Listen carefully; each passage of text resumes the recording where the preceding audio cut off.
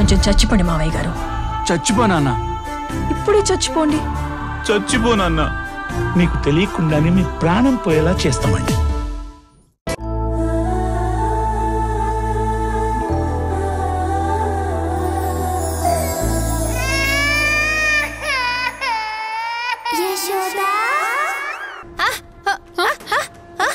ఏమైంది? ఏమన్నా? రామయ్య తండ్రి వాళ్ళు వచ్చారా? వాళ్ళని పట్టుకొని గట్టిగా 4 తగిలిస్తే నిజమేంటో కక్కుతారు. పద.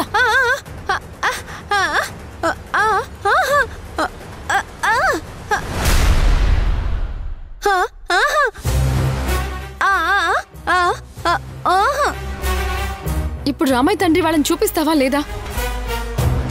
వాళ్ళని పట్టుకుంటే ముందు నా గతం తెలుస్తుంది. నా గతం తెలిస్తే నా పాప ఎక్కడుందో నాకు క్లియర్గా అర్థమవుతుంది. దాన్ని వదలకూడదు.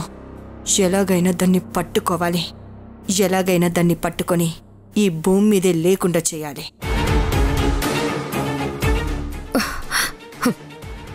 లాభం లేదండి. ఊర్మిళ మనల్ని చూసిందంటే చంపేస్తుంది.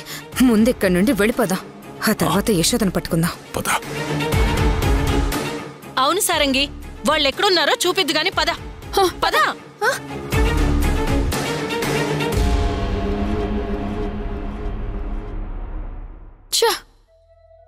తప్పించుకున్నట్టున్నారు. వాళ్ళు దొరుకుంటే చాలా బాగుండేది సారంగి.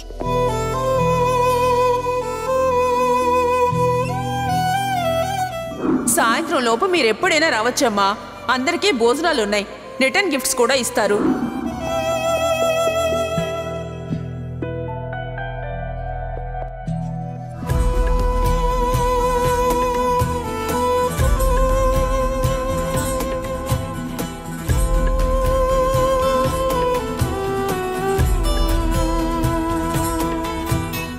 పంతులు గారు కూడా లేరు. ఎక్కడికి వెళ్ళారు వీళ్ళంతా?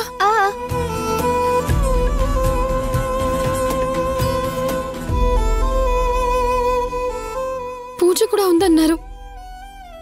సాయంత్రం వరకు ఇక్కడే ఉంటామని చెప్పారు కదా. ఎవరు లేరేంటి?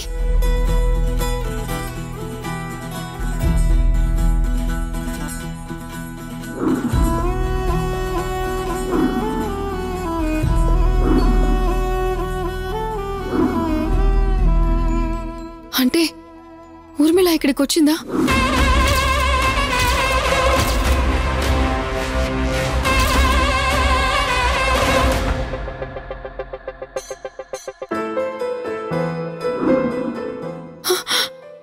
అప్పుడు అంటే పాప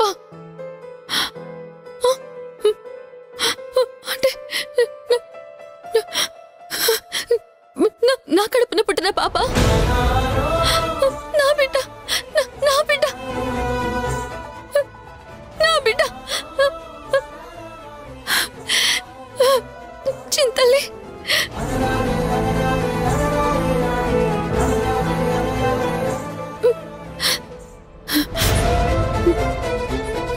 ఊర్మిళ, ఇక మీదట నా పాపని వదులుకోను. నిన్ను వదలను ఊర్మిళ, నిన్ను వదలను. హరి, నువ్వు నాతో వచ్చి ఉండాల్సింది. అక్కడ జరిగింది చూస్తే నువ్వే షాక్ అయ్యేవాడివి. అవసరం లేదు. నేనక్కడికి రాకపోయినా అక్కడేం జరిగిందో నీ మొహంలో కనిపిస్తుంది. ఇప్పుడేం చూసావు? గుళ్ళో నా ఆనందాన్ని నువ్వు చూస్తుండాల్సింది. అసలు నేను ఇప్పటికీ నమ్మలేకపోతున్నాను. చంటి పిల్లలు ఎక్కడైనా పువ్వులనో, బంగారాన్నో, బుక్స్నో లేదా డబ్బులనో ఏదో ఒకటి పట్టుకుంటారు. కానీ ఆ పాప వాళ్ళ అమ్మ మేకప్ కిట్ పట్టుకోమంటున్నా, వాళ్ళ అమ్మమ్మ బుక్స్ ని పట్టుకోమంటున్నా, డబ్బుల్ని పట్టుకోమంటున్నా వాటిని దాటి ఉన్నట్టుండి నా వైపు చూసింది. అలాగే పోసి నవ్వులతో నవ్వుకుంటూ వచ్చి నా పాదాల్ని టచ్ చేసి నన్ను ఎత్తుకో అన్నట్టు చూసింది తెలుసా? ఆ పాప నా వైపు వస్తున్నప్పుడు నాకు చాలా ఆనందంగా అనిపించింది. కానీ ఆ పాప నన్ను టచ్ చేసినప్పుడు నాలో కలిగిన ఆ ఫీలింగ్ ఇంతకు ముందు ఎప్పుడూ కలగలేదు.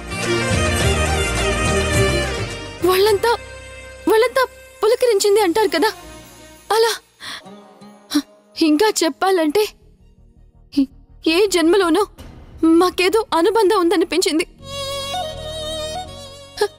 కాదు కాదు, ఈ జన్మలోనే ఉందనిపించింది. ఏమంటున్నావు యశోద? అవును హరి. హరి, ఆ పాప నా పాపే ఎందుకు కాకూడదు?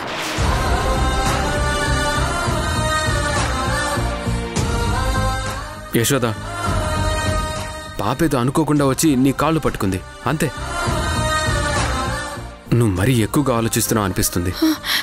అలా అనకు హరి. యశోద ప్లీజ్, ఆ పాప ఎవరి పాప? వాళ్ళు ఎంతో ప్రేమగా ఫంక్షన్ చేసుకుంటున్నారు. వాళ్ళ పాప కాకపోతే ఎందుకు అంతలా చేసుకుంటారు? అసలు నీ పాప వాళ్ళ దగ్గర ఎందుకుంటుంది? ఒకసారి ఆలోచించు. నువ్వెని చెప్పినా నాకెందుకు ఆ పాప నా పాపే అనిపిస్తోంది హరి. ఏమైంది యశోదకి? ఎప్పుడూ లేనంత వింతగా ఈరోజు ప్రవర్తిస్తుంది. ఏం ఆలోచిస్తున్నావు హరి? నేను నీకు పిచ్చిదాల్లా కనిపిస్తున్నానా? అయ్యో లేదు యశోద. నువ్వేమనుకున్నా పర్వాలేదు హరి, కానీ ఎందుకో మళ్ళీ మళ్ళీ ఆ పాపను చూడాలనిపిస్తోంది. ఆ పాప చేతి స్పర్శని ఆస్వాదించాలనిపిస్తోంది. ఆ పాపని గుండెకి హత్తుకున్నప్పుడు నా మనసెంత సంబరంగా ఉందో తెలుసా? నేను ఇన్ని రోజులుగా పడుతున్న కష్టాలు, బాధలు అన్ని అన్ని మర్చిపోయాను. చాలా అంటే చాలా సంతోషంగా ఉన్నాను. ఇప్పటి వరకు నేను మన ఊళ్ళో ఎంతో మంది పిల్లల్ని ఎత్తుకున్నాను, ఆడించాను. కానీ ఇలాంటి ఫీలింగ్ వాళ్ళందరినీ ఎత్తుకున్నప్పుడు ఒక్కసారి కూడా నాకు కలగలేదు. First time Hari, first time ఇలా.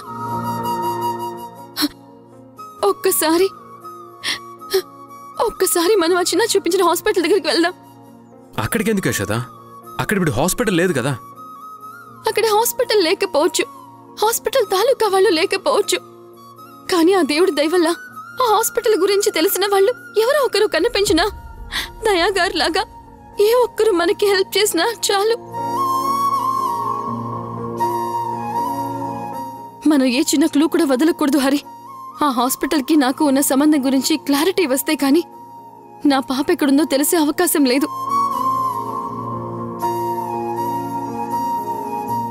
నా పాదాలు పట్టుకుని నన్నెత్తుకోమని చూసిన ఆ పాప నా పాప కాదో తెలిసిపోతుంది హరి, తెలిసిపోతుంది కదా. సరే సరే యశోద, తప్పకుండా వెళ్దాం. నీ ఆనందం కోసం నేనేమైనా చేస్తాను యశోద.